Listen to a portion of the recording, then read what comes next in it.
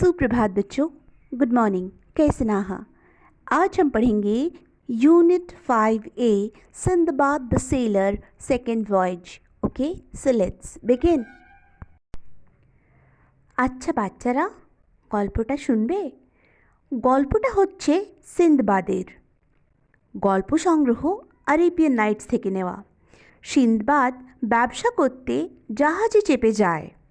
একটি দ্বীপে জাহাজের লোকেরা ওকে ঘুমন্ত ছেড়ে চলে যায়। সিন্দবাদ রক পাখির পা ধরে একটি জায়গায় পৌঁছায় যেখানে মাটিতে অনেক হিরে ছড়ানো থাকে, কিন্তু অনেক সাপেরাও আছে। ও কোনো রকম রাত কাটালো। সকালে ও দেখে যে ওই জায়গায় মাংসের টুকরো ফেলা হয় যাতে কিছু হিরে যেন ওতে লেগে যায়, আর যখন বিশাল চিল পাখি ওটাকে উঠিয়ে নিয়ে যায় ব্যবসায়ীর দল কিছু ধন দৌলত কুড়িয়ে পায়। তো সিন্দবাদ বুদ্ধি করে একটা মাংসের টুকরোকে পিঠে বেঁধে নেয় আর ওখান থেকে বেঁচে পালায়। তারপর বাগদাদ ফিরে যায়। এইটি গল্প। तब এই কাহিনীটি লাগে সিন্দবাদেক। সিন্দবাদ এগো अमीर व्यापारी कैसन करी जहाजे बेसी व्यापार करे खातिर गेलो আর एगो দ্বীপে একা ছুটি গেল আর कैसन करी वहाँ से बाँचलो। कहनी এটা লাগো। বুঝে পারলে তো? So children, before we begin the lesson, let's know this. आइए हम पहले जान लेते हैं।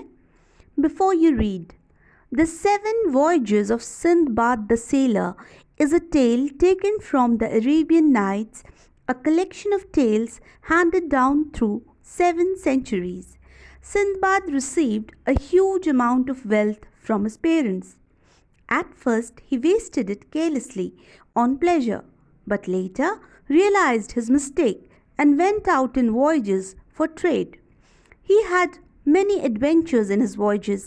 In his first voyage, he was trapped in a whale island surrounded by the whales. The crew members left him thinking him as dead, but he miraculously escaped. Read on to find what happened in his second voyage. परिचय।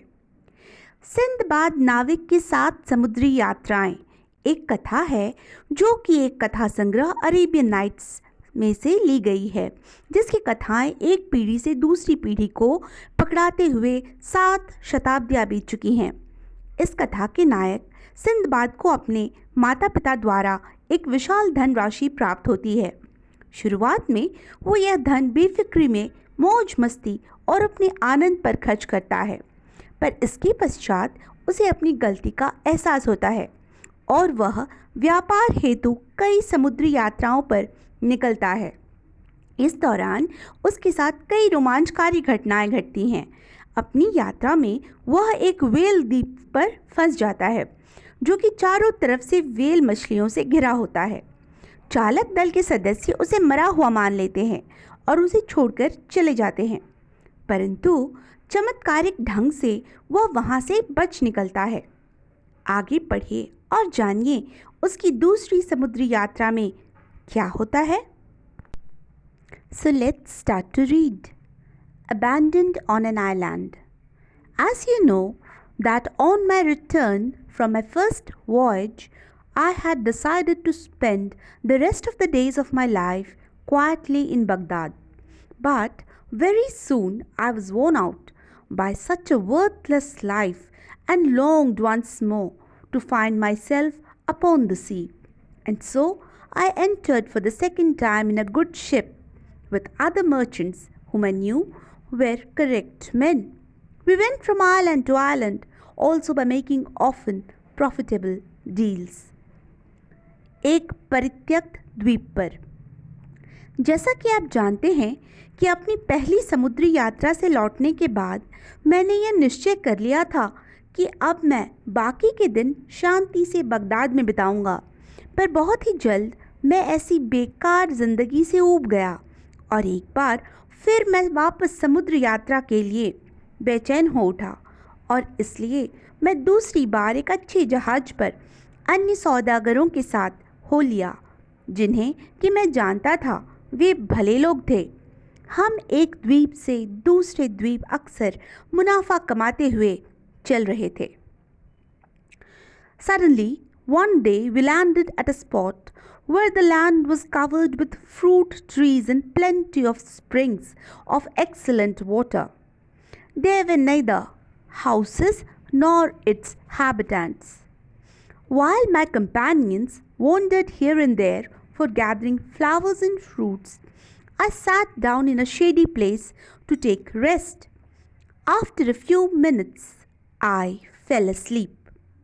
अचानक एक दिन हमें एक ऐसी जगह पर उतरे जहाँ की धरती फलों के पेड़ों से ढकी हुई थी और अनेकों उत्कृष्ट जल स्रोत थे. वहाँ न घर थे और न घर में रहने वाले लोग ही, जबकि मेरे साथी यहाँ वहाँ फिरकर फल और फूल इकट्ठा कर रहे थे. मैं एक छायादार जगह पर आराम के लिए बैठ गया. कुछ मिनटों बाद मुझे नींद आ गई. I don't remember for how long I slept, but when I opened my eyes and started to wander here and there, I was shocked to find that I was alone and the ship was no more in the sea. I thought I was in a great trouble, and so I rushed to and fro and was confused what to do. I cried out for help, but there was no one to respond. And when, from the shore, I saw the vessel under full sail just disappearing upon the horizon, I wished bitterly enough that I had been satisfied to stay at home in safety. But since wishes could do me no good, I presently took courage and looked here and there in search for a means of escape. मुझे नहीं याद मैं कितनी देर के लिए सोया, पर जब मेरी आँख खुली तो खुद को अकेला पाकर मुझे सदमा लगा और मैं तेज़ी से इधर उधर घबराया हुआ भागने लगा. मैं मदद के लिए चिल्लाया, परंतु कोई उत्तर न मिला.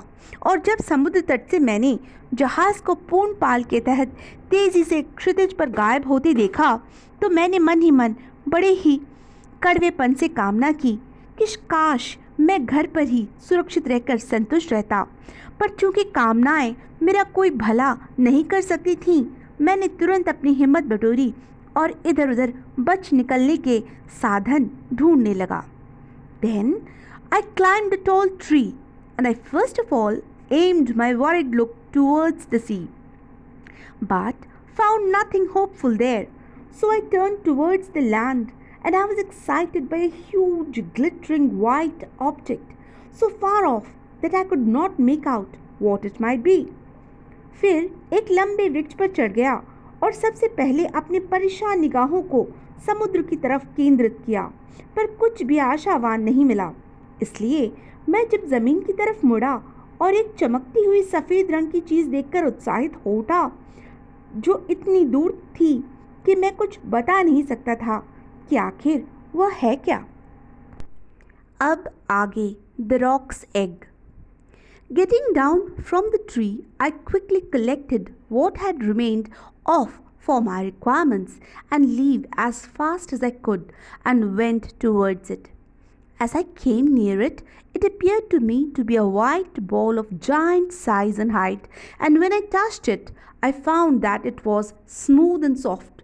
It was impossible to climb it because there existed no foothold. So I walked unto it. I walked around about it to find some opening, but there was none to be seen. Rock का अंडा. पेड़ से उतरकर मैंने जल्दी से अपनी बची हुई आवश्यकता की चीज़ें इकट्ठा किया और वहाँ से जितनी शीघ्रता से निकल सकता था निकल लिया और उस चीज़ की दिशा की ओर चल दिया. जैसे ही मैं उसके समीप पहुँचा तो वो मुझे एक विशाल आकार का ऊंचा बड़ा सफ़ेद बॉल प्रतीत हुआ, और जब मैंने उसे छुआ तो मैंने पाया कि वह बेहद चिकना और मुलायम था. उस पर चढ़ना असंभव था क्योंकि पाँव रखने के लिए उस पर कोई चीज़ न थी. इसलिए मैं उसके समीप तक गया. मैंने उसके चारों ओर चलकर किसी छिद्र का पता चलाना चाहा, पर ऐसा कुछ भी देखने को नहीं मिला.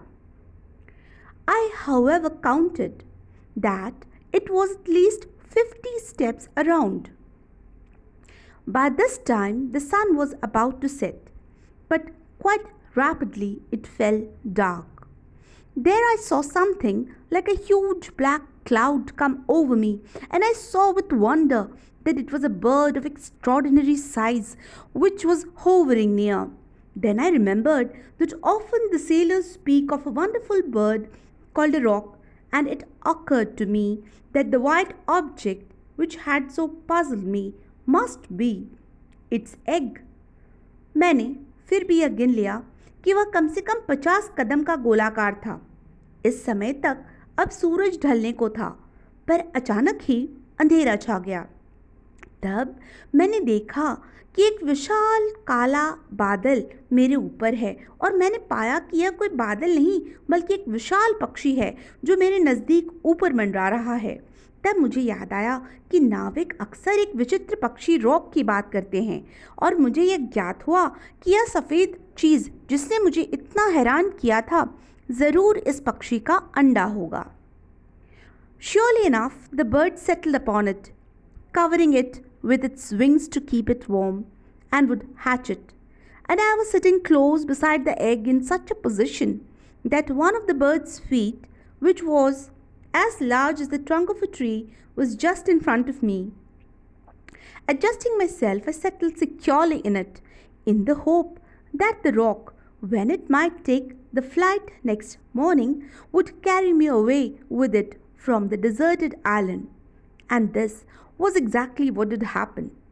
As soon as the sun rose in the morning, the bird woke from his nest into the air, carrying me up and up till I could no longer see the earth, and then suddenly it descended so swiftly that I almost lost awareness.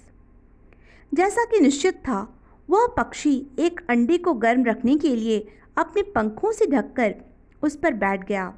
मैं उस अंडे के करीब इस अवस्था में बैठा था कि उस पक्षी का एक पैर, जो कि एक पेड़ के तने के समान बड़ा था, ठीक मेरे सामने था।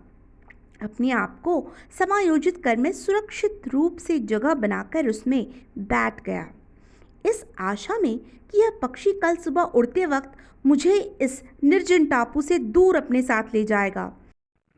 That's the end of part 1 of this interesting story. Thank you. Jai Hind.